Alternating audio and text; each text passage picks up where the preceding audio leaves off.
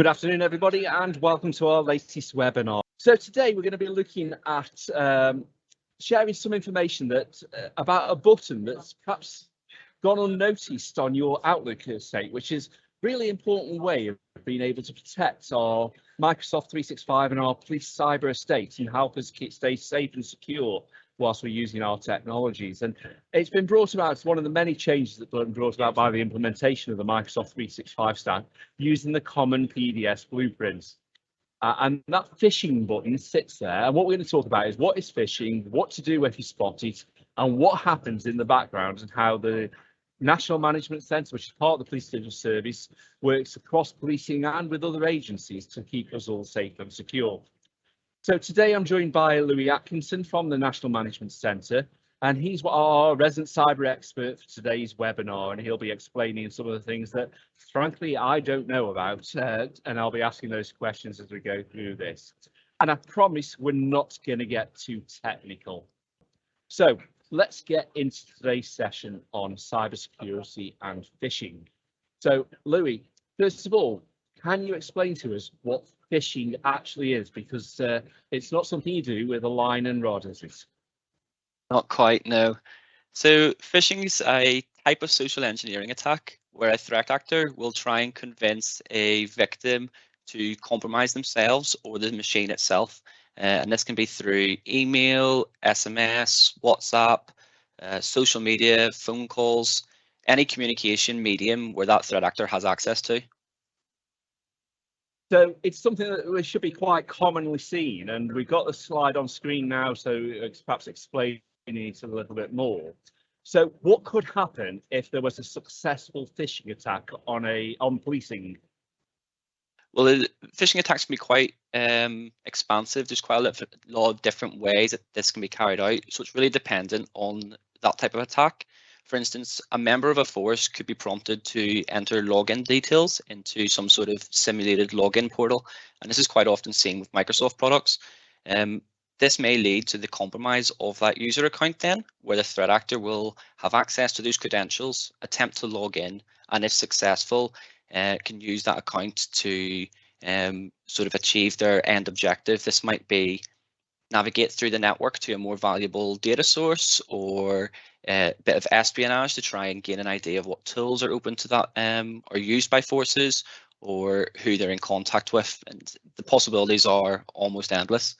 There could be the infection of malware, which is used to then try and exfiltrate this information, maintain persistent access if passwords are changed, or damage tools and prohibit systems from being used.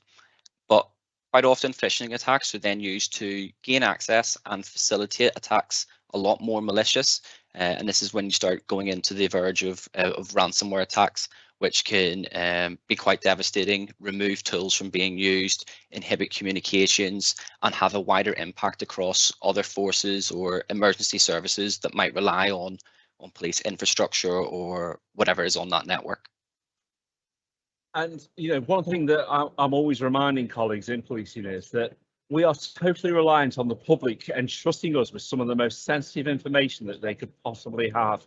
And they freely give us that information so that we can do something with it, on the understanding that we're going to keep it safe. So everybody in policing who uses any technology has got a responsibility to help keep everybody safe on these things. So it's really important to maintaining and building the public trust that we keep this going.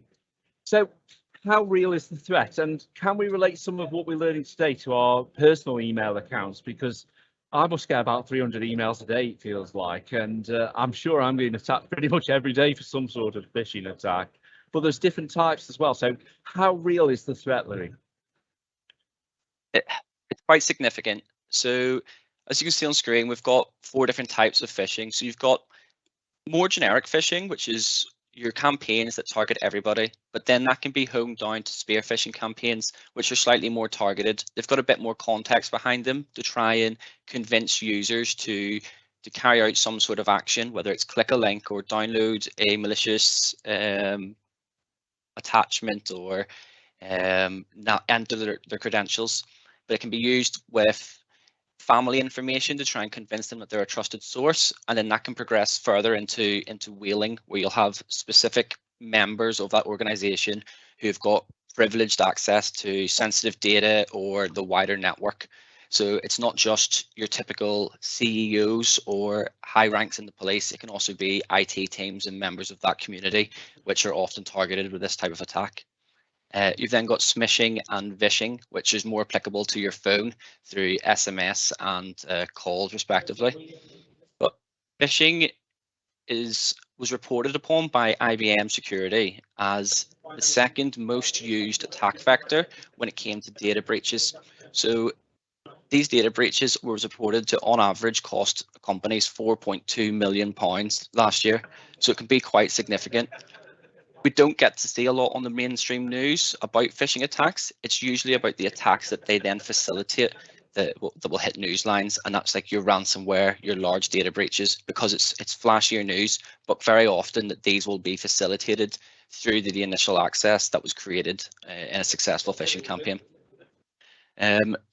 More recently, in terms of what we've seen quite recent, is the death of Her Majesty.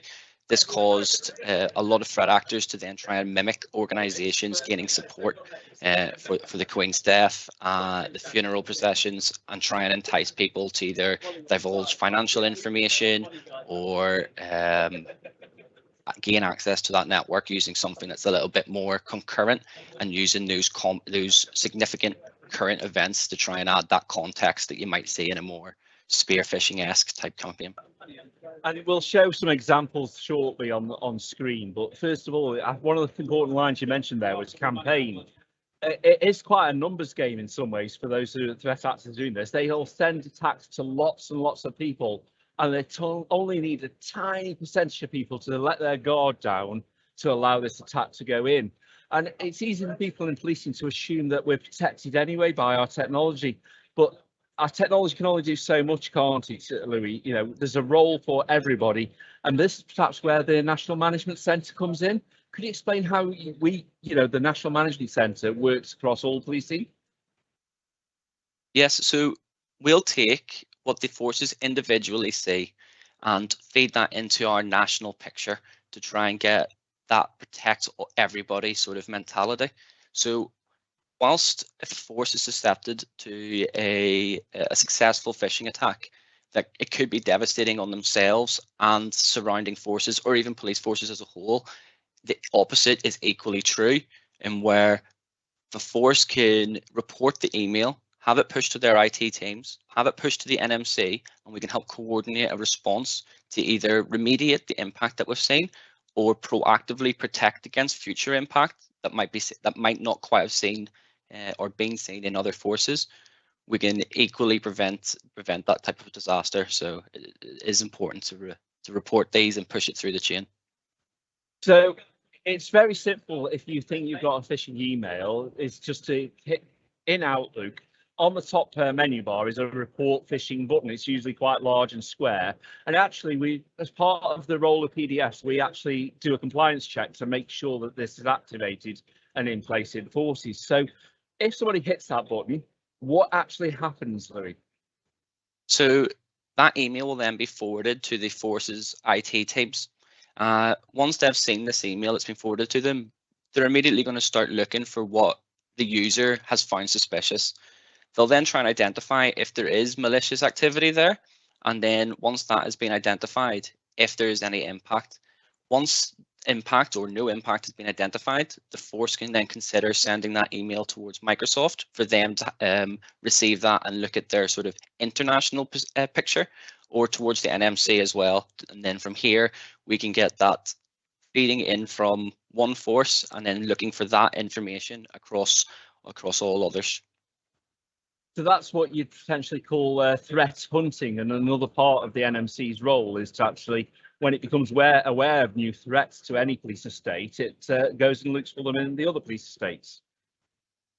Yes, exactly. So when we get that email ourselves, the first thing we're going to do is analyze it to try and identify if it is generic and it's just come to the force's inboxes by chance, or is it specifically targeting that police force, UK policing, or maybe even an individual within a police force. From here, we'll then start looking at what we call indicators of compromise, And it's just something that's unique to that email campaign to try it that we can use to search across all other forces. And our threat hunters and our protective monitoring teams will go away and try and identify if this is the case. And if so, once again, identify if there's impact and start to feed into that national picture. So I'm just popping the example email of a recent phishing campaign on screen now. Can you talk us through the sort of things that you should be looking for when you want to be suspicious about emails? There's a further slide that will help highlight just towards the end of the slide deck, but we want to be looking at the email address. Let's try and identify if it's from a trusted domain. Quite often we'll see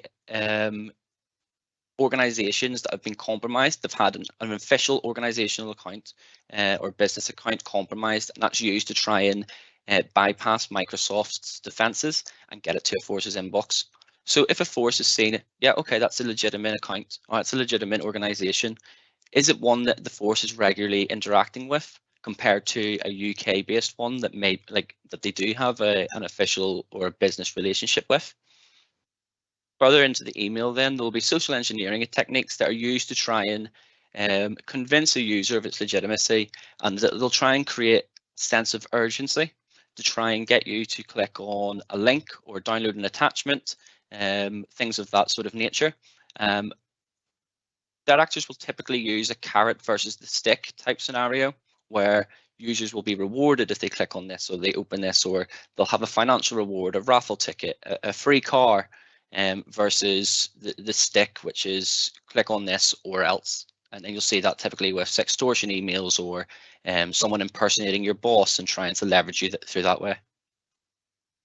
So quite often we will see these in our personal emails, and one of the things you can do is actually look on the sender. It might look like it's coming from the name of a bank that you might bank with, but when you actually look and click into the details, it'll be quite a strange domain often, isn't it? Or something that looks slightly odd.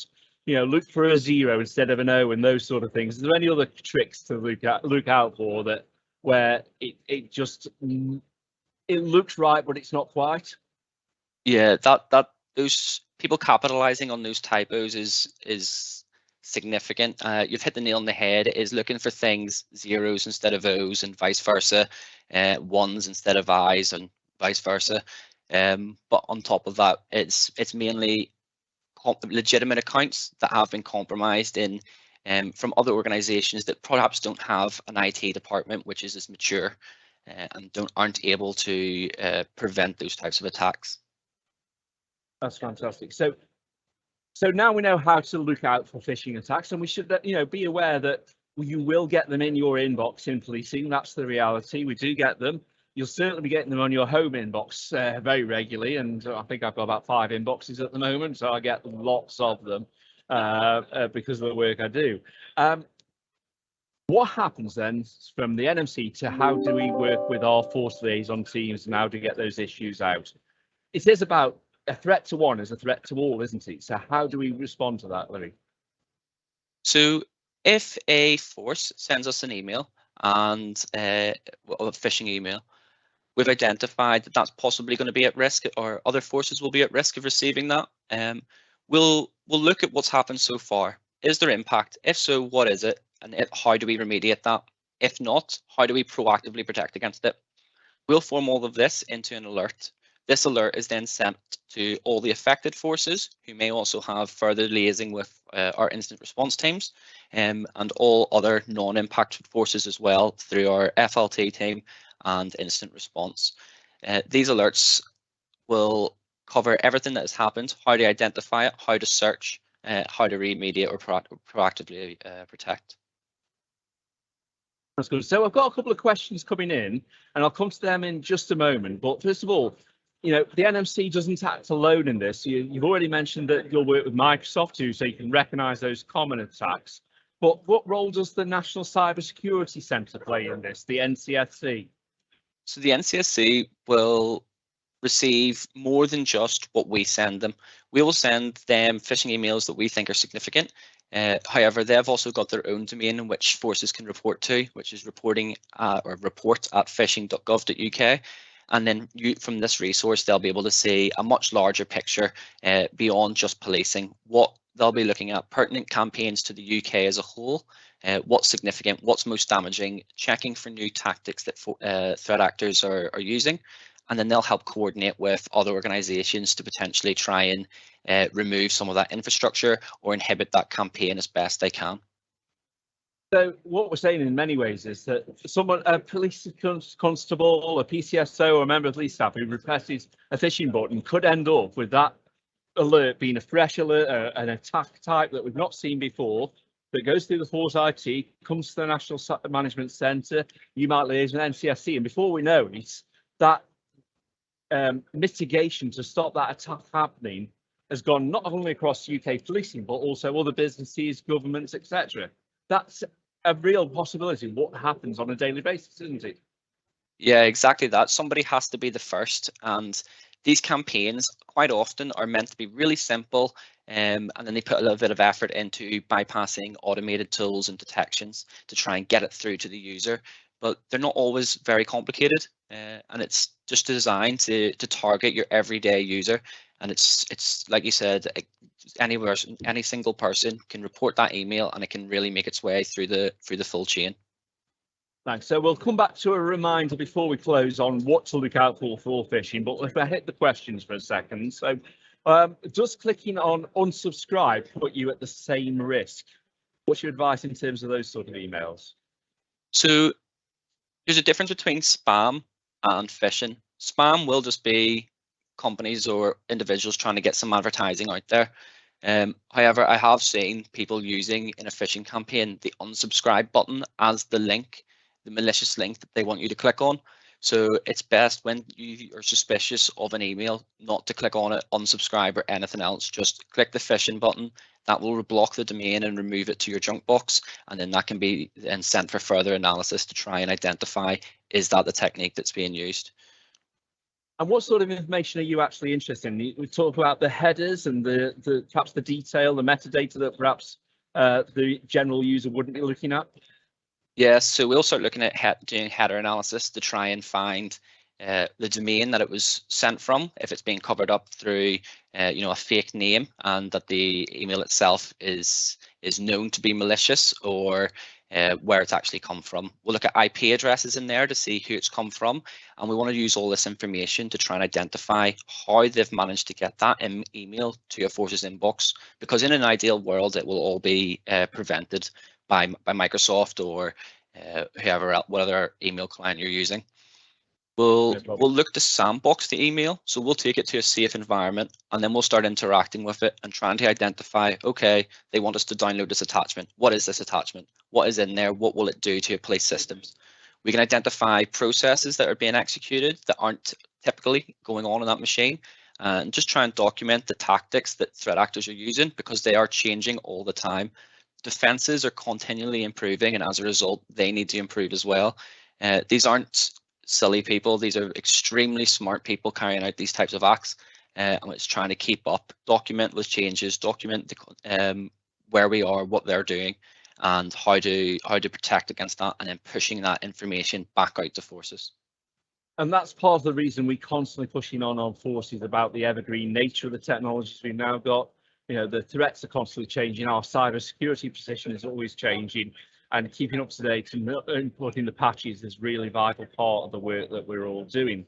Another question that's come in: could the report phishing button go direct to the NMC rather than going into the Force IT team? I suspect I know the answer, but any response on that? I'm sure it could. However, on a daily basis, we will see hundreds of phishing emails get flagged through our systems. If every email was to come directly to us, inevitably there's going to be false positives, and we don't have the ability to go through that many. It's, I believe, at least a lot more efficient for an IT team who also know what they're doing to carry out that first line analysis before progressing it onwards. And some of the tools have got known threats, etc., already in there, but of course each force is its own entity on the force, so they're responsible for their own security, and the NMC is there to be part of that solution with them and alongside them. where can people find the recommended configuration for this in terms of the volumes? That's quite a technical question there.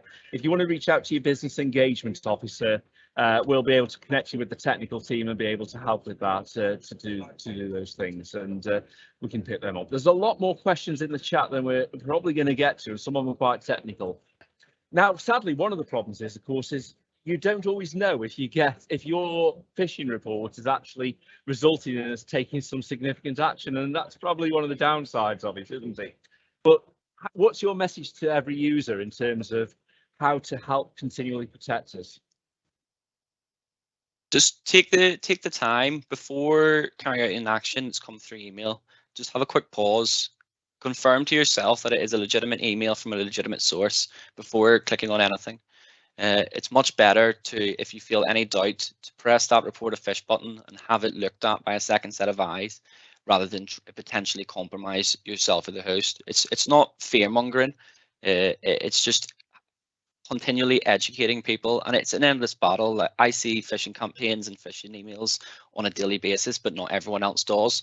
And it's just that quick pause before clicking on something, and then educating yourself on the latest methods. Is there spelling mistakes in the title or in the signature block? Are they blurry images? Having some sort of feed from the IT team or the NMC that helps suggest like this is an ongoing phishing campaign, and just being aware more than anything else.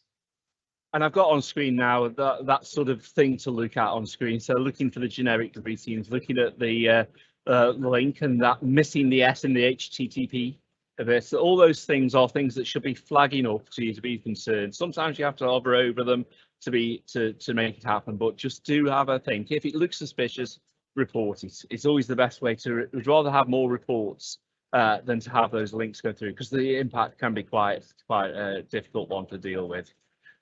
Thanks, Louis, for that. So moving on, we're just approaching the end of our time, and these webinars are back with a vengeance, and we're back again next week with our agenda. But some important links for you there. Do get in touch with the Police Digital Service if you don't know who your business engagement officer is, and with one of my colleagues who's standing in front of me while we're at the show at the moment, but we're always out and about. You can get in touch using the QR code through the website that comes straight through to the business engagement team, and we can get in touch and make sure we're helping you. And in terms of our future webinars, Mike, if you could just drop the next slide on.